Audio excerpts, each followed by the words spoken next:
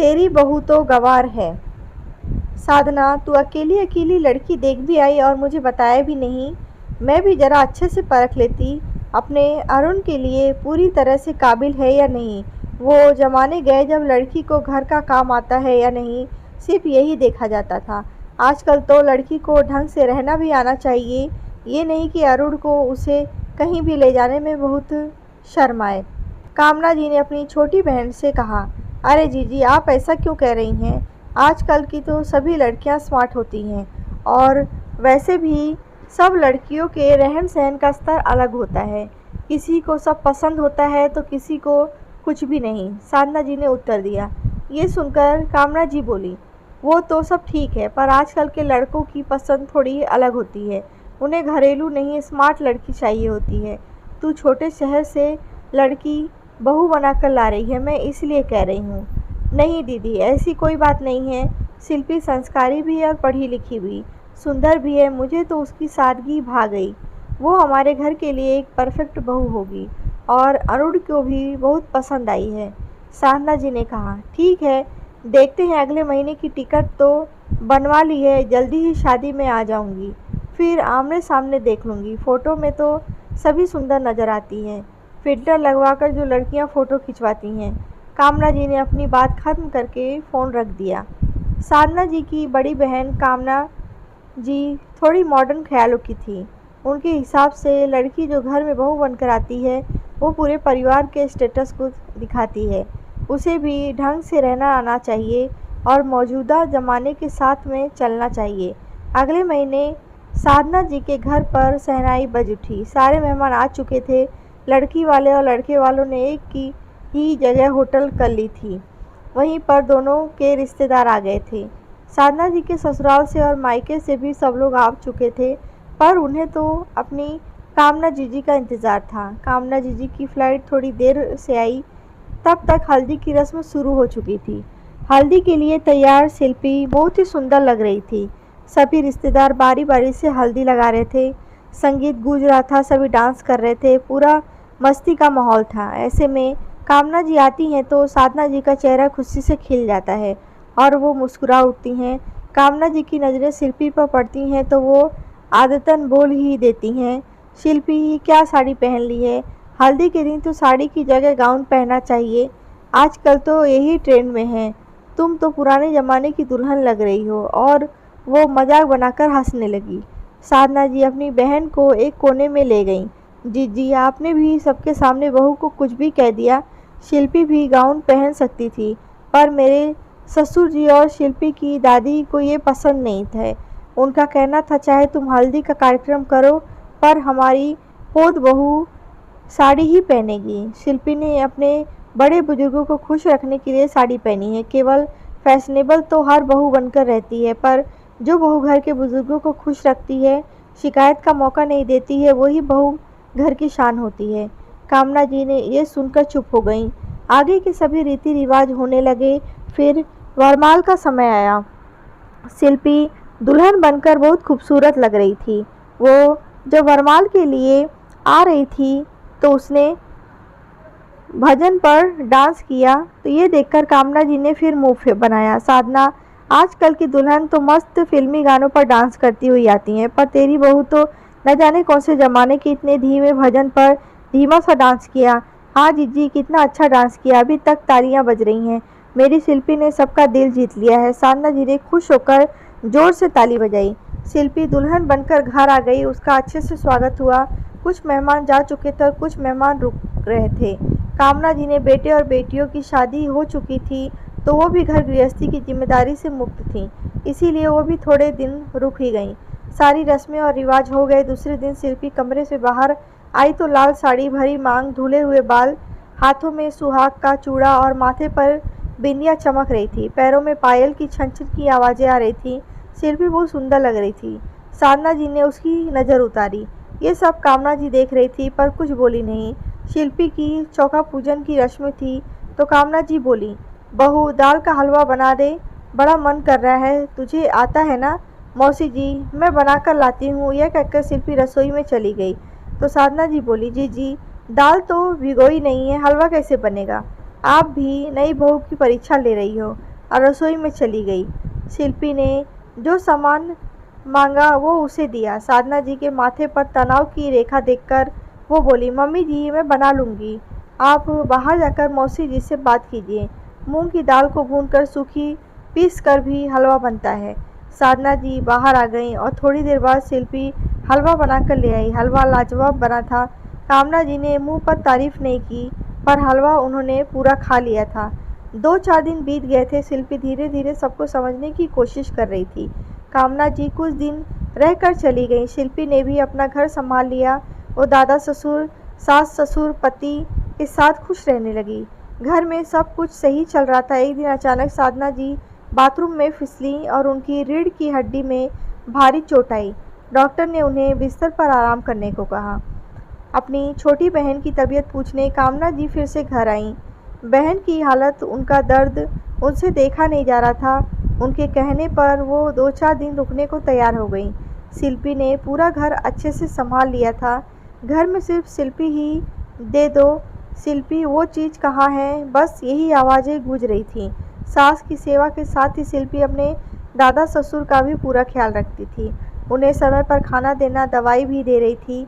कामना जी साधना जी के पास बैठी। तभी शिल्पी चाय देने अंदर आई तो कामना जी उसे अजीब नज़रों से देख रही थी। साधना, कुछ भी कह, तेरी बहू ढंग से नहीं रहती है। ये आजकल के ज़माने में कौन पायल पहनती हैं, बिंदी लगाती हैं, और देख कितना सिंदूर मांग में भर रखा है, चूड़ियाँ भी हाथों में भरी भरी हैं। शादी के शुरुआती दिनों में तो सब पहन लो, पर रोज़ कोई नहीं पहनती हैं। आजकल तो पता ही नहीं चलता है कि ये शादीशुदा है कि कुंवारी। वैसे बहुएं वैसे ही स्मार्ट लगती हैं।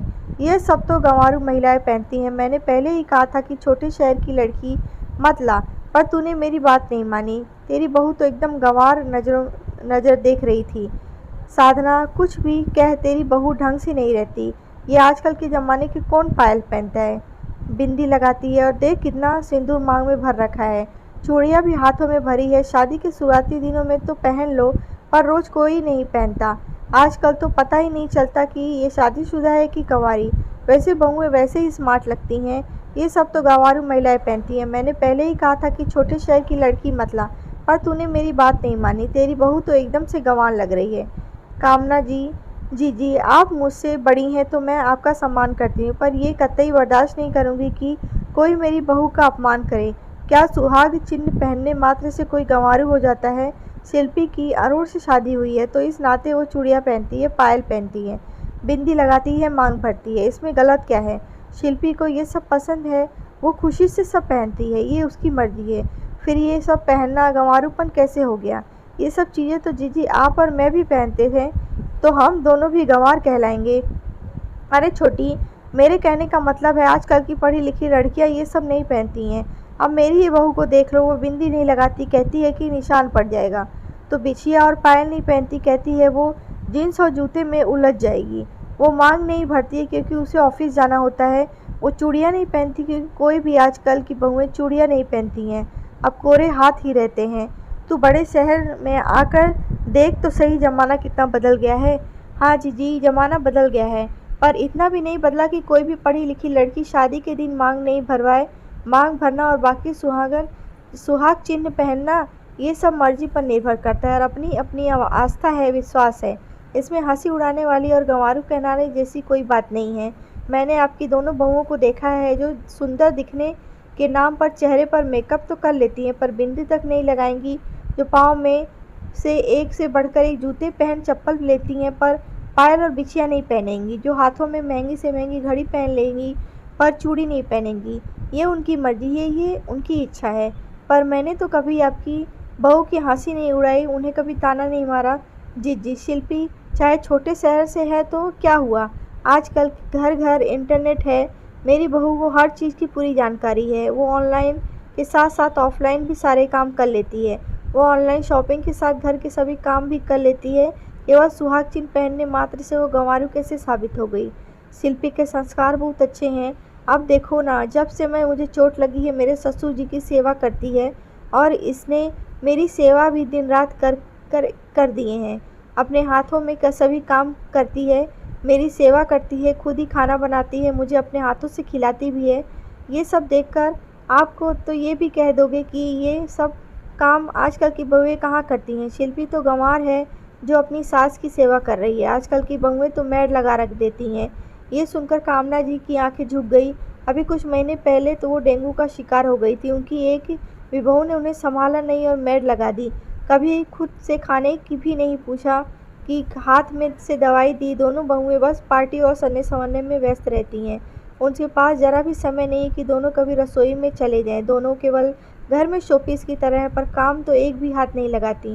कामना जी अपनी बहू की तारीफ कर तो रही हैं, पर उन्हें पता है कि वो इस तरह से बहू नहीं चाहती थी। पर दोनों बेटों को स्मार्ट लड़की चाहिए थी, जो उन्होंने खुद ही ढूंढ ली। शादी के दूसरे दिन जिन्होंने सारे सुहाग चिन्ह उतार कर नाइट सूट पहन लिया था, उनको भी अजीब लगा था। उन्होंने टोका, पर उनके टोकने से बेटे बोल पड़े, मम्मी अब ओल्ड फैशन है, आजकल की बहुएं ये सब नहीं पहनती हैं।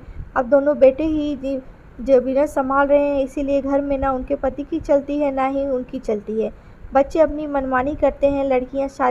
बेटियां शादी होकर चली गई हैं। कामना जी अपनी बहुओं से तो कुछ नहीं कह पाती। उनका इस तरह कोरे कोरे रहना उन्हें भी अखरता है, पर क्या करें, आजकल की बहुओं से कुछ कहने का ज़माना ही नहीं है। उनकी बहुओं तो त्योहार पर भी सुहाग चिन्ह धारण नहीं करती हैं। सब कुछ उन्हें ढकोसला ही लगता है और वो मन महसूस कर रह जाती हैं, कैसे आधुनिकता आई है। आजकल की महिलाएं अपनी संस्कृति और रीति रिवाज, पहनावे, बनाव, श्रृंगार से दूर होती जा रही हैं और ये सब चीज़ें पहनती हैं। उन्हें हेय दृष्टि से देखकर उन्हें गंवार बताया जाता है, उनकी हंसी उड़ाई जाती है। अपनी संस्कृति की रक्षा करने वाली महिला ही मखौल उड़ाती हैं। कामना जी अपनी ही सोच में डूबी रहती हैं। तभी साधना जी की आवाज़ से वो विचारों से बाहर आती हैं। जीजी कहाँ खो गई? कब से आवाज़ लगा रही हूँ। शिल्पी चाय रख गई है, पी लीजिए, ठंडी हो जाएगी। साधना मुझे माफ़ कर दे, मैंने तेरी बहू की हंसी उड़ाई। तू तो बहुत किस्मत वाली है जो तुझे ऐसी बहू मिली है, जो तेरी सेवा करती है, घर परिवार रिश्तों से जुड़ी हुई है, जो साक्षात अन्नपूर्णा है, घर की लक्ष्मी है, जिसके हाथों में बरकत है, जिसकी पायल की छन छन से आंगन चहकता है, जिसकी चूड़ियों की खनक मधुर संगीत सी लगती हैं, जिसके माथे की बिंदी घर में उजाले की दमकती है और जिसके सिंदूर पूरे घर में सकारात्मकता सी छाई रहती है। ऐसी बहू तो नसीब से ही मिलती है। कामना जी शिल्पी को ढेर सारा आशीर्वाद देकर शिल्पी की सेवा से कुछ ही दिनों में साधना जी पूरी तरह से स्वस्थ हो गईं। पाठकों, सुहाग चिन्ह पहनना गंवारूपन नहीं है, ये तो अपनी इच्छा है, अपनी मर्जी है। कुछ महिलाएं अपनी संस्कृति और परंपराओं से आज भी जुड़ी हुई हैं और कुछ महिलाएं इन सब का त्याग कर चुकी हैं। कहानी आपको कैसी लगी है कमेंट बॉक्स में बताएं। कहानी अच्छी लगी हो तो लाइक करें, शेयर करें।